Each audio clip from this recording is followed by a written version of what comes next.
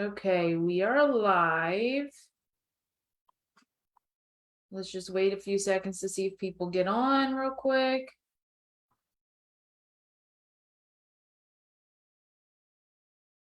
It's funny, even if we're like a minute late, I got somebody in my inbox, you're still going live today? I'm like, yes, yes, yes, we're still going live. Don't stress. We are here. Say hello if you are here so we know who's watching. If you're watching the replay, just comment replay.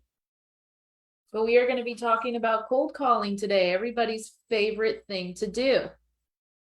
So definitely, if you can comment, we can't see if you like the video, although that's great for interaction purposes. But we'd love to see who's here. I see about 5 people on. Just say hi. There we go. Hey, Amber. Thanks, Jennifer. Thanks, guys, ladies. Okay. So today we're going to be talking about cold calling. This is probably everyone's least favorite thing to do, right? If you agree with that, say yes. Who likes cold calling? Who doesn't? Definitely give me some kind of feedback, what you guys think into the comments here. But if you like cold calling, more power to you. I will tell you, I don't, and I hired that out almost instantly. But in the beginning, it's almost like a necessary thing, right? It's something you have to do. It's what is the direct way to the seller and gives you the best response and leads, because direct marketing has a less than 1% response rate. So unless you have a really, really, really big budget, we don't recommend that to anybody. So Laura's going to kind of go a little bit over some like good tidbits. You guys already got the script this week in the group.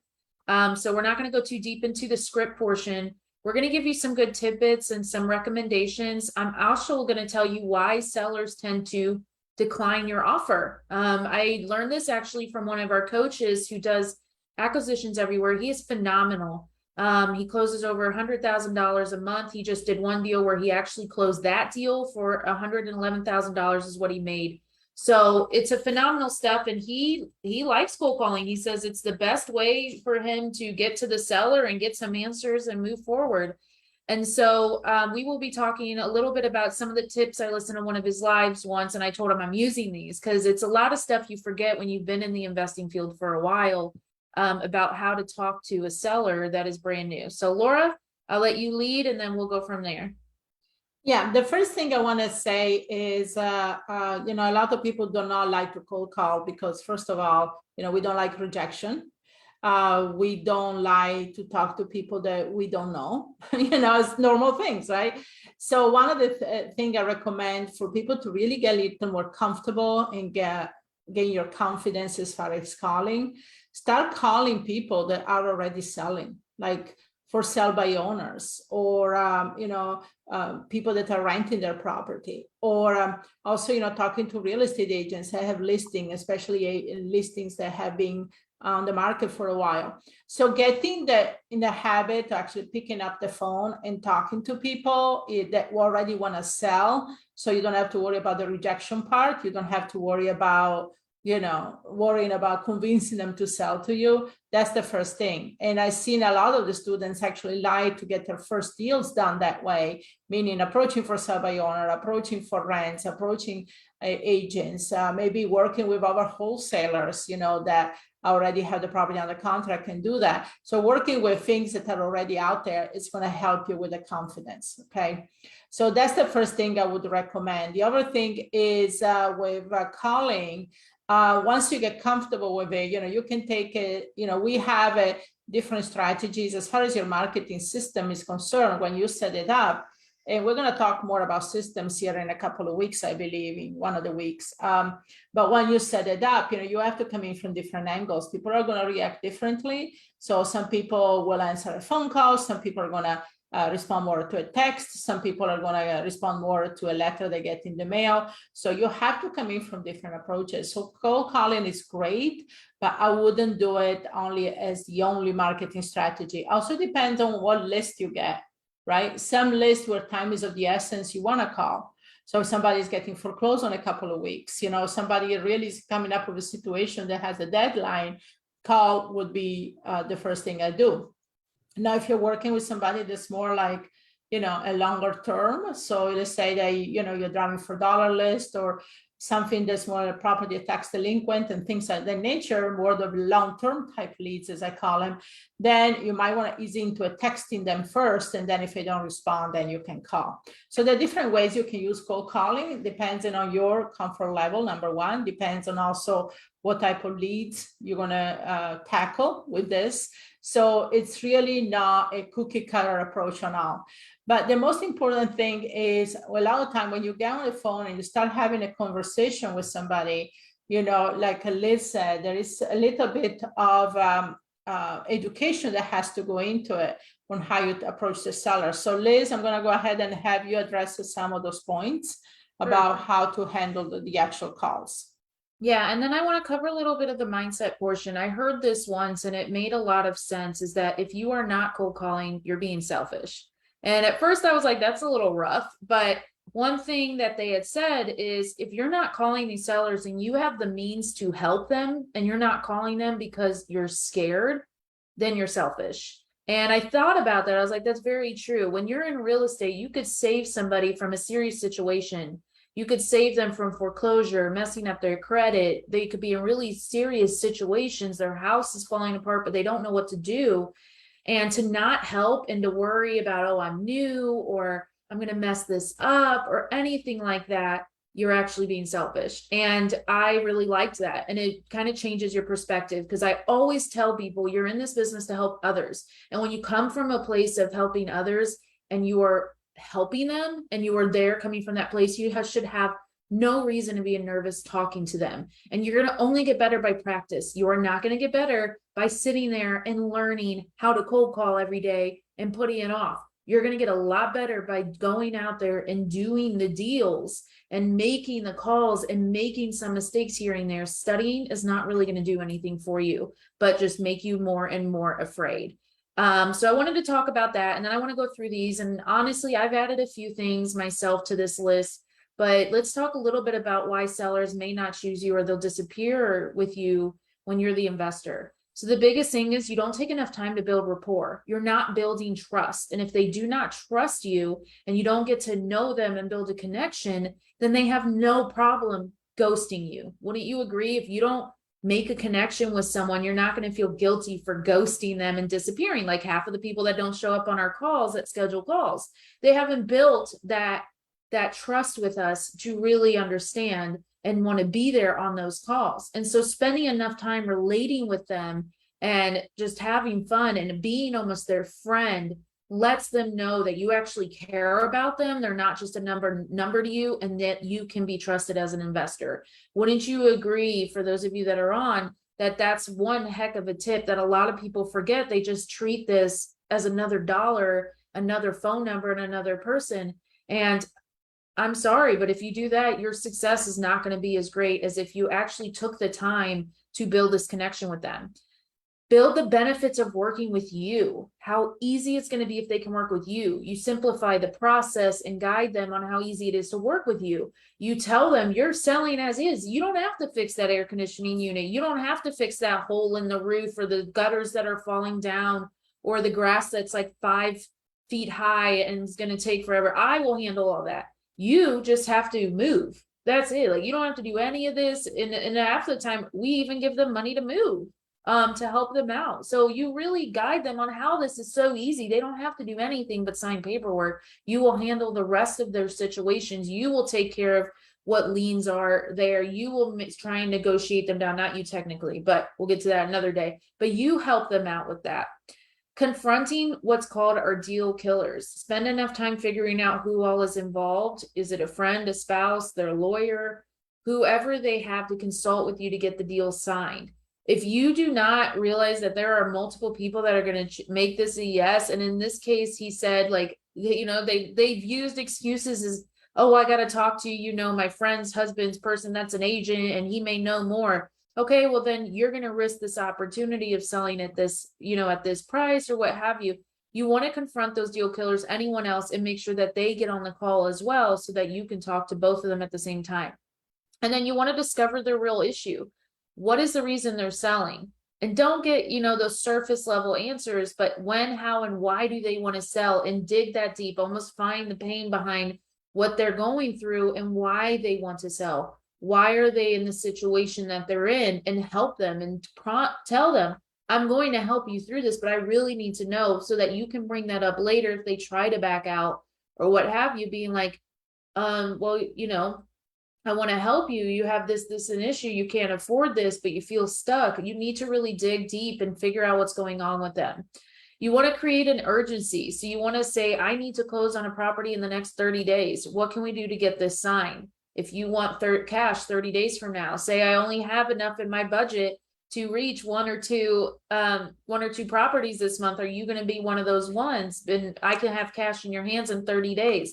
This was a phenomenal tip. And when he said that, because some of these are mine, some of these are his, when he said that, I was like, ooh, that was fantastic. Like telling them that they got to sign now. If they already are spending the money you're telling them about. They are already thinking, okay, if I close in 30 days and I get 400,000 and I got to pay off a few liens and then this, but then I'll have all this money and I can go do this, this, and this, and this. And so putting a time limit on it, saying you will have cash in your hands in 30 days really, really helps.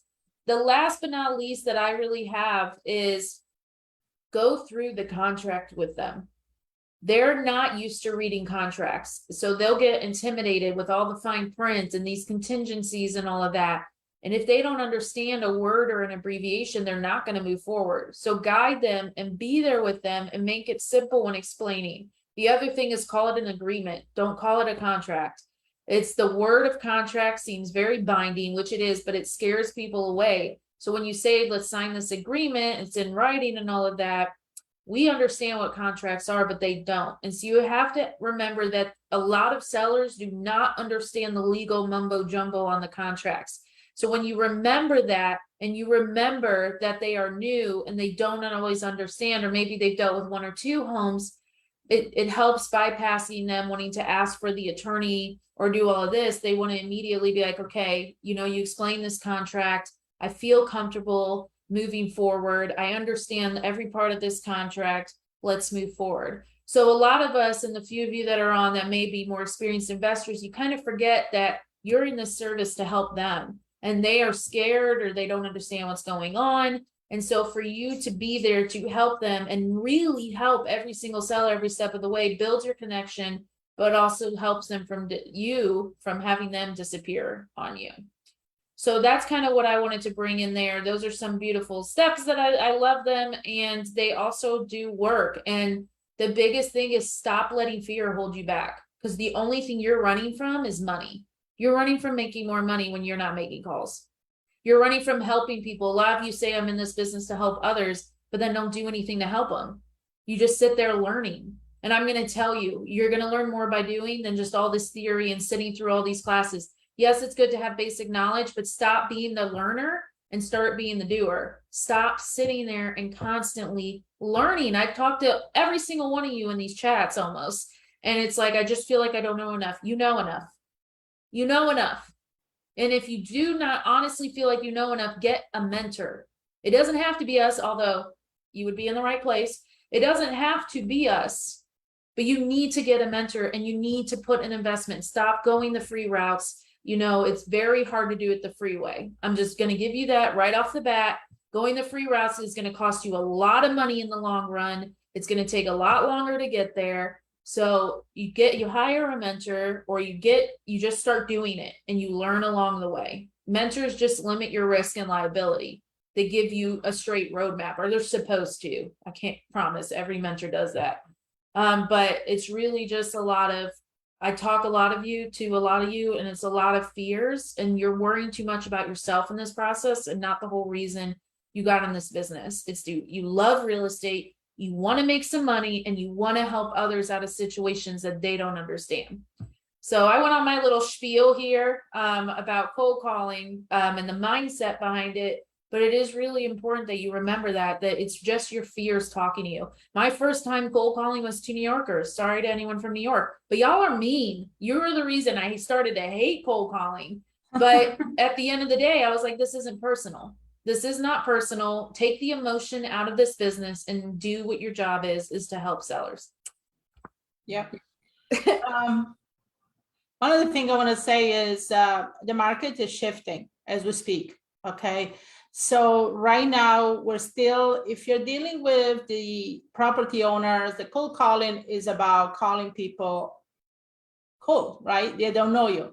So you're still going to deal with people that are really thinking the market is what it is. They're going to get more what their house is worth and stuff like that. So the only thing you can do is, like Liz said, go through some education process. But also I want to keep in mind, you don't have to work with everybody, okay?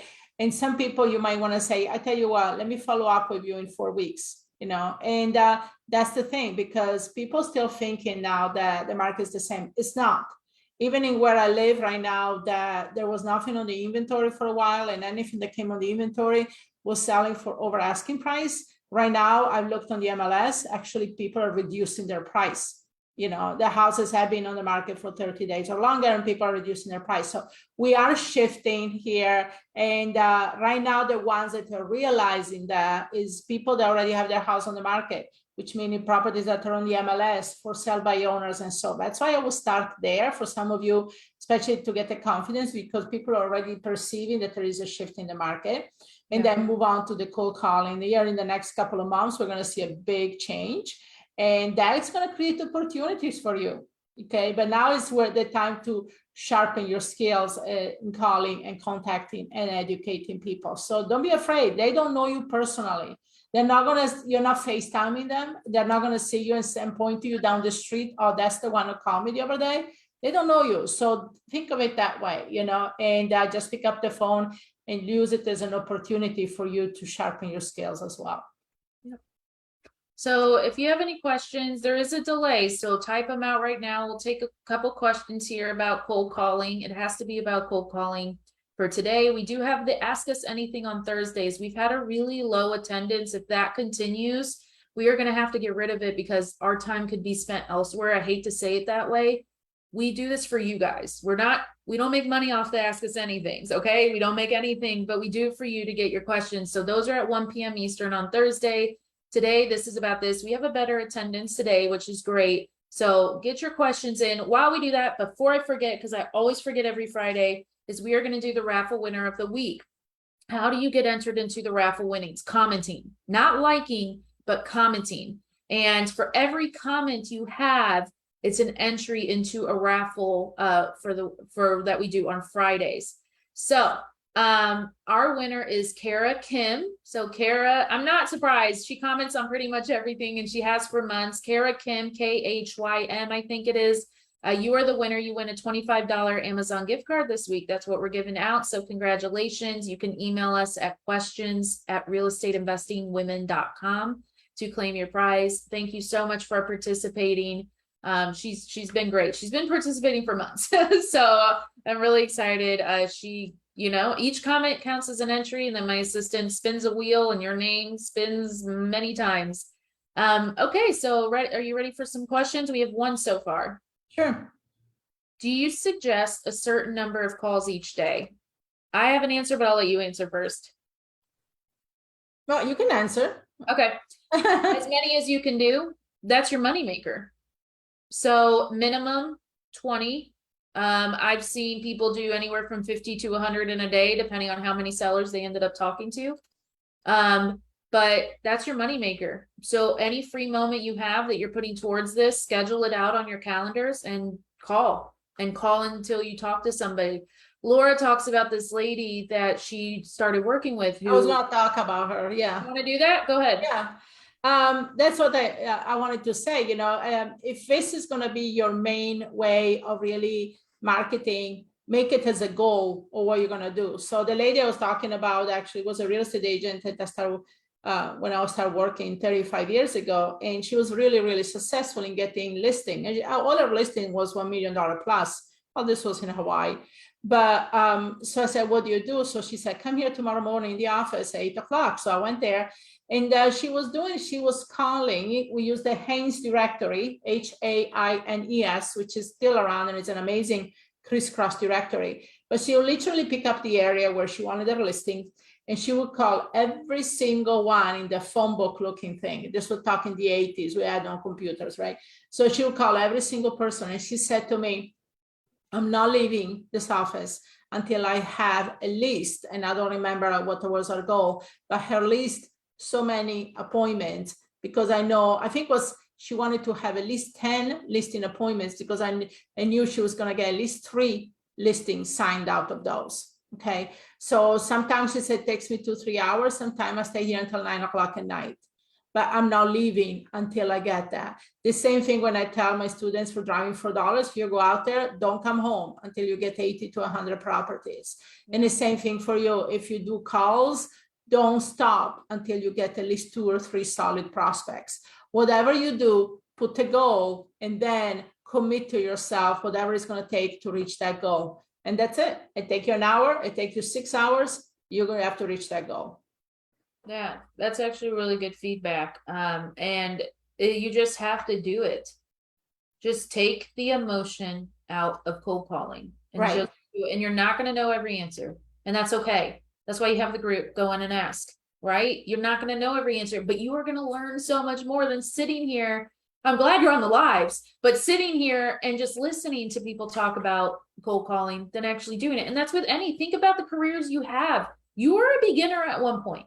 You didn't know everything. You had to ask questions. You had a trainer. You had somebody there to help you, right? There was somebody that you asked questions to. That's the same with this. That's why it's really crucial that you have a community you trust, a mastermind, coaches, what have you, to go there and do that. One last question. Do you recommend, because no one else has asked, do you recommend a batch dialer or 1-by-1? Depends where you are right now. When I started, I had no money. So it was 1-by-1. It was my own cell phone. I didn't even get another number.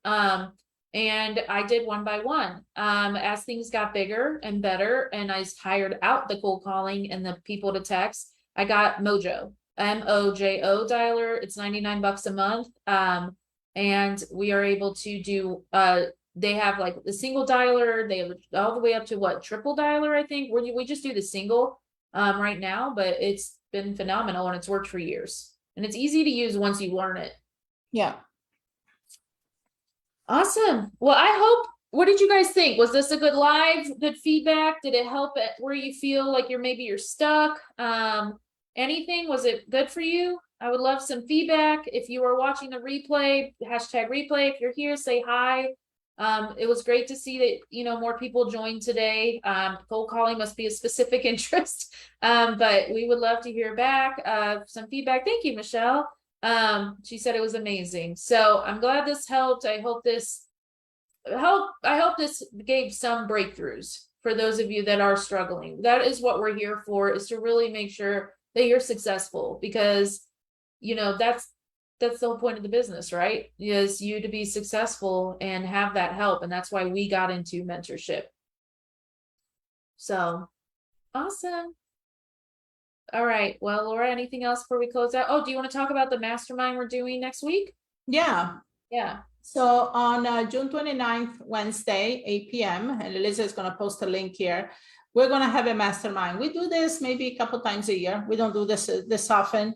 That what is, it's live, and we'll be conducting it live. And it's basically kind of showing you, first of all, you can do an assessment on yourself to see where you are, what you need to know in order to have a well-rounded business. And it's okay if you're a beginner, most of them will be in red, meaning you're going to grade yourself in red. Then we're going to show you a roadmap of what to expect within the first 6 months in the business. Either you're wholesaling, buying, holding, fix and flip. We're going to give you some milestones on what to do, you know, like if you do it properly, right? Then I'm going to give you also a time management tool. This is the first time I'm going to do this. I actually creating a tool to help manage time, because a lot of the struggles I hear from people, especially my students, is time management. They know what to do, they just don't feel like they have the time. So we're going to help you with that as well. Then we're going to go into you know, the expectations, what you can expect in 6 months to a year.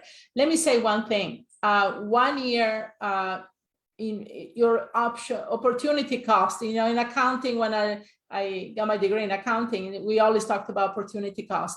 The opportunity cost is the money you lose by not doing something. Okay. So with real estate investing, even if you did 1 deal a month with wholesaling, that would be 12 months of $10,000 a month. That's over 6 figures you will lose, over 100,000.